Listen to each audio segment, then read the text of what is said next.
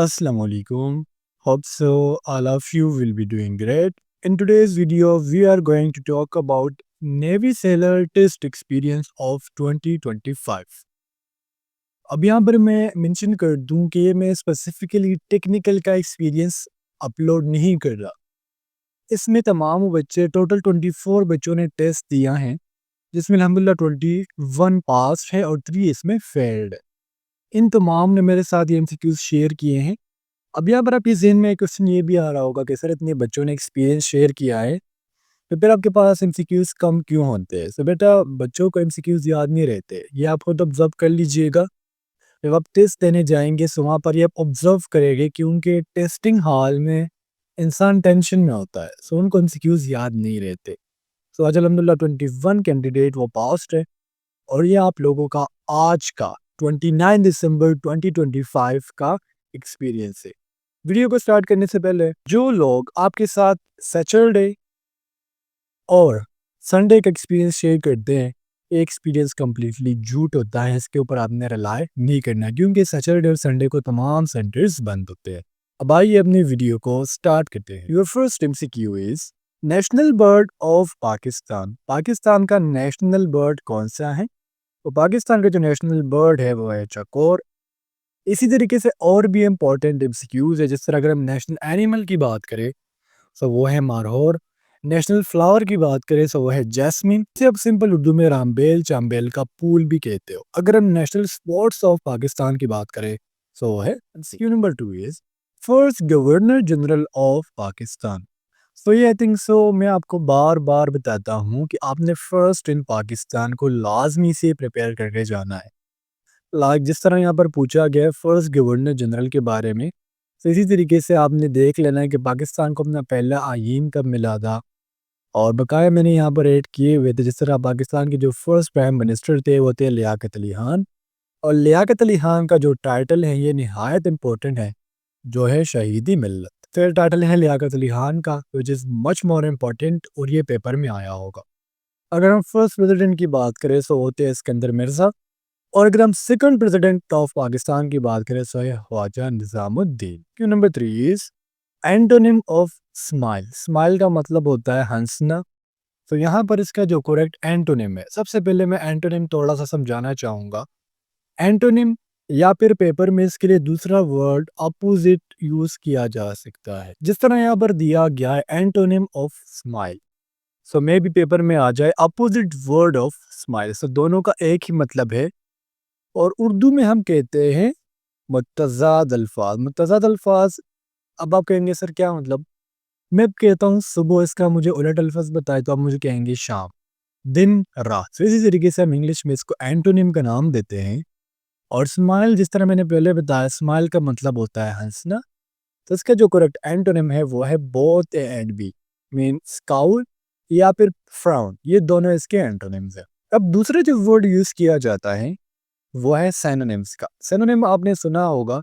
Synonym का मतलब होता है मुतरादिफ अल्फाज, मीन अगर कोई वर्ड दूसरे वर्ड के साथ सेम मीनिंग रखता है। जिस तरह स्माइल हंसने से उसका सिनोनिम क्या होगा? हैप्पी यानी खुश। Question number 4 is in a class there are 1500 students out of which 1200 are present. एक क्लास है, सपोज करें मैंने कहा कि ये एक क्लास है। यहाँ पर हम लिख लेते हैं प्रेजेंट यानी पी, और यहाँ पर हम लिख लेंगे एब्सेंट। अब इस क्लास में टोटल, मैं यहाँ पर टोटल भी लिख लेता हूँ। जो टोटल स्टूडेंट्स है वो 1500 है।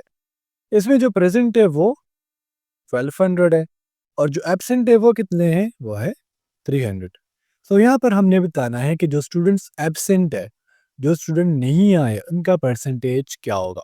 तो बेटा जी मैं आपको यहाँ पर पहले तो ये बता दूँ, जिस तरह यहाँ पर टोटल स्टूडेंट्स दिए गए हैं, जिसमें कितने प्रेजेंट है? 1200 प्रेजेंट है। सबसे पहले आपको एब्सेंट का नंबर पता होना चाहिए कि एब्सेंट कितने होंगे। सर तो बहुत ज़्यादा सिंपल है।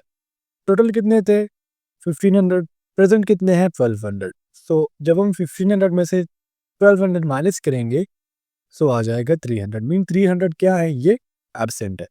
अब परसेंटेज का फॉर्मूला क्या है? सर हमने स्टूडेंट्स निकाल लिए जो एब्सेंट है, अब हमें फॉर्मूला भी तो चाहिए ना। तो फॉर्मूला क्या है? परसेंटेज किस चीज़ के बराबर होता है? पार्ट, या फिर इसकी जगह आप obtained divided by total multiply by 100 भी लिख सकते हो। इस केस में पार्ट यानी जिनका हमने परसेंटेज निकालना है, सो कितने स्टूडेंट्स का परसेंटेज निकालना है 300। टोटल कितने थे, होल का मतलब है सारे, तो सारे कितने थे 1500 और 100 से मल्टीप्लाई करेंगे क्योंकि परसेंट हमारे पास 100 के बराबर होता है। तो आप क्या करेंगे, आप ऐसे सिंपल से कटिंग भी कर सकते हो, ठीक है, जिस तरीके से मैंने किया। 15 2 जार 30 और एक जीरो इसके साथ बच गया तो जीरो इसके क्या चला जाएगा, ऊपर चला जाएगा। से कितना हो गया 20%। से हमारे यहाँ पर करेक्ट ऑप्शन क्या होगा, होगा 20%। से इसी तरीके से आपको जो भी एमसीक्यूज दिया जाए आप उसका परसेंटेज इस फॉर्मूले से निकाल। Skill number 5 is Pakistan won T20 world cup in which year. So Pakistan ने एक ही T20 वर्ल्ड कप जीता है और वो है 2009 में। और यहाँ पर जो कैप्टन थे वो भी आपको पता होना चाहिए, वो थे यूनस। हाँ ठीक है। इस तरीके से अगर हम बात करें तो पाकिस्तान ने वर्ल्ड कप भी एक ही जीता है, जो जीता था 1992 में। और किसने जितवाया था, वो भी इमरान खान थे। Skill number 6 is multiplicative identity is. So math में आपने दो चीज़ें पढ़ी होंगी, एक होता है मल्टीप्लिकेटिव आइडेंटिटी और एक होती है एडिटिव आइडेंटिटी। सबसे पहले हम इस टर्म को थोड़ा सा समझ लेते हैं कि मल्टीप्लिकेटिव आइडेंटिटी कहते किसे। मल्टीप्लिकेटिव आइडेंटिटी का मतलब ये है कि अगर मैंने आपको मिसाल के तौर पर, मैं 6 नहीं लिखता, मैं यहाँ पर लिख लेता हूँ 7। मैंने आपको 7 दिया है, अब इसके साथ हम ऐसा कौन सा नंबर मल्टीप्लाई करें कि हमारे पास रिजल्ट 7 आए। यानी आपको 7 दिया गया है और अब आप इसके साथ कौन सा चीज़ मल्टीप्लाई करेंगे कि आंसर क्या है, 7 आए। तो लाजमी सी बात है, अगर आप 7 को 1 से मल्टीप्लाई करेंगे तो 7 आएगा। तो वही चीज़ यहाँ पर पिक्चर में भी दी गई है। मल्टीप्लिकेटिव आइडेंटिटी क्या है, हम क्या करेंगे, किसी भी नंबर को हम 1 के साथ मल्टीप्लाई करेंगे। जिस तरह इस केस में दिया गया है 130 मल्टीप्लाई बाय 1। तो मल्टीप्लिकेटिव आइडेंटिटी आपकी क्या है, वो है 1। एडिटिव आइडेंटिटी का मतलब ये होता है, अगर मुझे एक नंबर दिया गया है 5, अब 5 के साथ मैं कौन सी चीज़ प्लस करूं कि हमारे पास रिजल्ट 5 आए। तो अगर हम 5 को 1 के साथ मल्टीप्लाई करेंगे तो तब भी 5 आएगा, ठीक है। लेकिन यहाँ पर देखिए, अगर हम 5 को 0 के साथ ऐड करते तो फिर क्या आएगा, 5 आएगा। अगर हम 6 प्लस 0 करेंगे फिर 6 आएगा। इसी तरीके से हम मल्टीप्लिकेटिव आइडेंटिटी में 1 की जगह 0 पुट कर ले, 130 मल्टीप्लाई बाय 0 से फिर क्या आएगा, 0 आएगा। तो यहाँ पर हमारी जो मल्टीप्लिकेटिव आइडेंटिटी है वो 1 है और एडिटिव आइडेंटिटी वो 0। Skill number 7 is ionic bond is formed by। So chemistry में सिर्फ ये दो बॉन्ड्स आप याद कर ले, ये आपके लिए एनफ है। एक ही आयोनिक बॉन्ड जिस तरह यहाँ पर दिया गया है और दूसरा जो बॉन्ड है वो है कोवेलेंट बॉन्ड, ठीक हो गया। अब अगर एक एटम से, मैंने कहा कि ये एटम ए है, इसके पास यहाँ पर एक इलेक्ट्रॉन है, और ये एटम, मैं इसको हटा लेता हूँ ताकि मैं आपको समझा सकूँ, और ये एटम बी है, इसके पास कितने इलेक्ट्रॉन्स है, इसके पास 7 इलेक्ट्रॉन्स है। अब ये एटम जो है, जो ए एटम है, ये अपने इस इलेक्ट्रॉन को कहता है कि भाई ये तुम कंप्लीटली ले लो, ठीक हो गया। सो वो बॉन्ड जो एक एटम से इलेक्ट्रॉन के कंप्लीट शेयर पर बनता है, एक एटम से इलेक्ट्रॉन कंप्लीटली दूसरे के पास जाता है, सो ये कहलाएगा आयोनिक बॉन्ड। लेकिन दूसरे साइड पर दूसरा भाई है जो कह रहा है कि नहीं भाई, मेरे पास भी तो, सपोज करें मेरे पास 7 रुपए हैं और आपके पास 1 रुपया है, और आप मुझे कह रहे हो नहीं सर 1 रुपया मेरे पास है लेकिन मुझे भी ज़रूरत है। तो मैं कहूँगा मुझे भी ज़रूरत है और आप कह रहे हैं मुझे भी ज़रूरत है, तो हम क्या करेंगे, आप मुझे कहेंगे सर चले हम इसको म्यूचुअल शेयर कर देते हैं। तो ए का जो इलेक्ट्रॉन है वो भी यहाँ पर बीच में आ जाएगा और इसके 7 इलेक्ट्रॉन भी यहाँ पर आ जाएंगे। तो देखिए इसके पास भी 8 इलेक्ट्रॉन्स हो गए, इसके पास भी 8 इलेक्ट्रॉन्स हो गए। सो वो बॉन्ड जिसमें म्यूचुअल शेयरिंग होती है वो कहलाता है कोवेलेंट बॉन्ड। सो यहाँ पर क्या कहा जा रहा है, आयोनिक बॉन्ड किस तरह बनता है, सो वो बनता है by the complete share of electron. इसको थोड़ा सा छोटा कर लेता हूँ, by the complete share of electron. और कोवेलेंट बॉन्ड कैसे बनता है, by mutual sharing of electron. Number 8 is, अच्छा एमसीक्यूज नंबर 8 को समझाने से पहले आप मुझे कमेंट सेक्शन में ये बता दीजिए कि मैं आपको एमसीक्यूज डिटेल्स के साथ पढ़ाऊं या सिंपल मैं आपको आंसर बता के आगे जाते जाऊं। अगर आपने कॉन्सेप्ट क्लियर करना है तो भी मुझे बता दे, अगर नहीं क्लियर करना तो भी मुझे बता दे। यहाँ पर पूछा गया है the hardest material on earth, earth पर सबसे हार्डेस्ट मटेरियल कौन सा है, तो वो है डायमंड। और डायमंड बेसिकली कार्बन का एक इलेक्ट्रोफिक फॉर्म है। कार्बन के आपने 3 इलेक्ट्रोपिक फॉर्म पढ़े होंगे, एक होता है ग्रेफाइट, दूसरा है diamond and the third one is buckyball. ये इसके 3 इलेक्ट्रोप्स है और जिसमें डायमंड ही सबसे हार्डेस्ट मटेरियल है पूरे ज़मीन। Question number 9 is electron was discovered by. So electron पर सबसे पहले मैं आपको ये बता दूं, इलेक्ट्रॉन एक नेगेटिवली चार्ज स्पीशी है।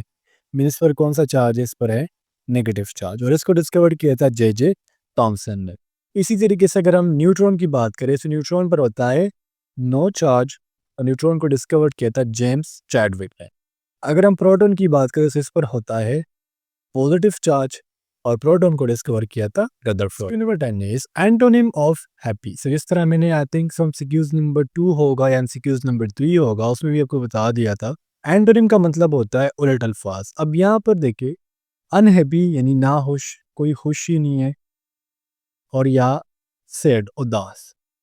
सो खुश के दोनों एंटोनिम्स है कि नहीं है। सो यहाँ पर हमारा जो करेक्ट ऑप्शन है वो है option D, mean both B and C are the antonyms for. Question number 11 is complete the given series. अब ये हमें एक सीरीज दिया गया है, मैथमेटिकल सीरीज है, और मैंने आपको फर्स्ट वीडियो में ही बताया था कि सीरीज को पहले आइडेंटिफाई किया करें। अब यहाँ पर अगर हम देखें तो हम एक लार्ज नंबर से स्मॉल नंबर की तरफ जा रहे हैं। इट्स मीन या तो डिवीजन होनी है या फिर सब्ट्रैक्शन होनी है। लेकिन अगर आप फोकस करें तो हम बहुत ज़्यादा जंप कर रहे हैं। सो इट्स मीन यहाँ पर हमने करनी है डिवीजन। कौन सी चीज़ को डिवाइड करेंगे, इतने भी हमें यहाँ पर डिजिट्स दिए गए हैं, इसको हमने 2 से डिवाइड करना। कैसे? जब हम 48 को 2 से डिवाइड करते आता है 24, 24 को अब यहाँ पर छोड़ दे। फिर 20 को 2 पर डिवाइड करें, क्या आएगा 10, 10 को भी छोड़ दे। अब जब हम 6 को 2 पर डिवाइड करेंगे तो हमारा आंसर आ जाएगा 3। So the correct option is option number 12 is doctor is to hospital as teacher is to। So ये एक important MCQ है। डॉक्टर आपको कहाँ पर मिलते हैं? हॉस्पिटल में मिलते हैं। सो टीचर आपको मिलेंगे स्कूल में। अब यहाँ पर कुछ और रिलेशन है जो मैं यहाँ पर आपको समझाना चाहता हूँ। अगर लिखा होता डॉक्टर इज टू, यहाँ पर हॉस्पिटल होता ही ना, मैं इसको हटा देता हूँ। अगर लिखा होता doctor is to ward, hospital में वार्ड्स होते हैं ना, तो फिर हम कहते हैं टीचर इज टू क्लास। एक रिलेशन हो गया। फिर अगर लिखा होता doctor is to patient, doctor is to patient, फिर हम लिखते हैं टीचर इज टू स्टूडेंट। तो ये जो फर्क है आपको समझ आ गया। आपने कहाँ से पता लगाना, हमने पता लगाना है फर्स्ट रिलेशन से। एमसीक्यू नंबर 13 है करेंसी ऑफ जापान। सो अगर हम फर्स्ट करेंसी की बात करें जो है डॉलर, सो डॉलर ऑस्ट्रेलिया में भी है और अमेरिका में भी है, इस तरह के से और इलाकों में भी है, लेकिन स्पेसिफिकली हम कंसिडर करते हैं कि ये अमेरिका का। अगर हम रुपीज़ की बात करें तो रुपीज़ करेंसी है पाकिस्तान की। यिन की बात करें तो this is the currency of Japan basically. और जो टका है ये करेंसी है किसकी, ये करेंसी है Bangladesh. And Q number 14 is SI unit of current. So हम स्टार्ट से स्टार्ट लेते हैं पास्कल, ये ऐसा यूनिट है प्रेशर का। कैंडल है ऐसा यूनिट्स ऑफ लुमिनस, और ampere is the SI unit of current. Skew number 15 is NATO was founded in which year. NATO का मतलब होता है नॉर्थ अटलांटिक ट्रीटी ऑर्गेनाइजेशन, और इसको वर्ल्ड वॉर 2 के बाद बनाया गया था ताकि मुल्कों की हिफाजत की जा सके, और इसको बनाया गया था अप्रैल 4 1949 को। अगर इसके हेडक्वार्टर्स की बात करें तो है ब्रसल्स यानी बेल्जियम में। और इसके मेंबर्स की बात करें तो इसमें टोटल 32 मेंबर स्टेट है, और स्वीडन जो है इसने रिसेंटली नेटो को ज्वाइन किया है अब मार्च में यानी 2024। Number 16 is which one is different from the rest. यहाँ पर जो डिफरेंट है, डिफरेंट फ्रॉम द रेस्ट का क्या मतलब होता है, और दूसरा दिया जाता है आपको ऑड मैन आउट। इन दोनों का मतलब ये होता है कि जो आपको 4 ऑप्शन दिए जाएंगे, इसमें से एक ऑप्शन आपने चूज करना है जो बकाया से डिफरेंट होगा। गिवन ऑप्शन में अगर हम टोमेटो की बात करें तो ये एक वेजिटेबल है, बकाया गुआवा, मैंगो, ऑरेंज ये फ्रूट हैं, सो दैट्स व्हाई टोमेटो यहाँ पर डिफरेंट है। सो स्टूडेंट्स, ये था आप लोगों का आज का एक्सपीरियंस, और एग्जैक्टली यही एमसीक्यूज आपके पेपर में आए थे। So make sure to prepare these MCQs for your examination. इंशाल्लाह नेक्स्ट वीडियो में मिलते हैं। अल्लाह हाफिज़।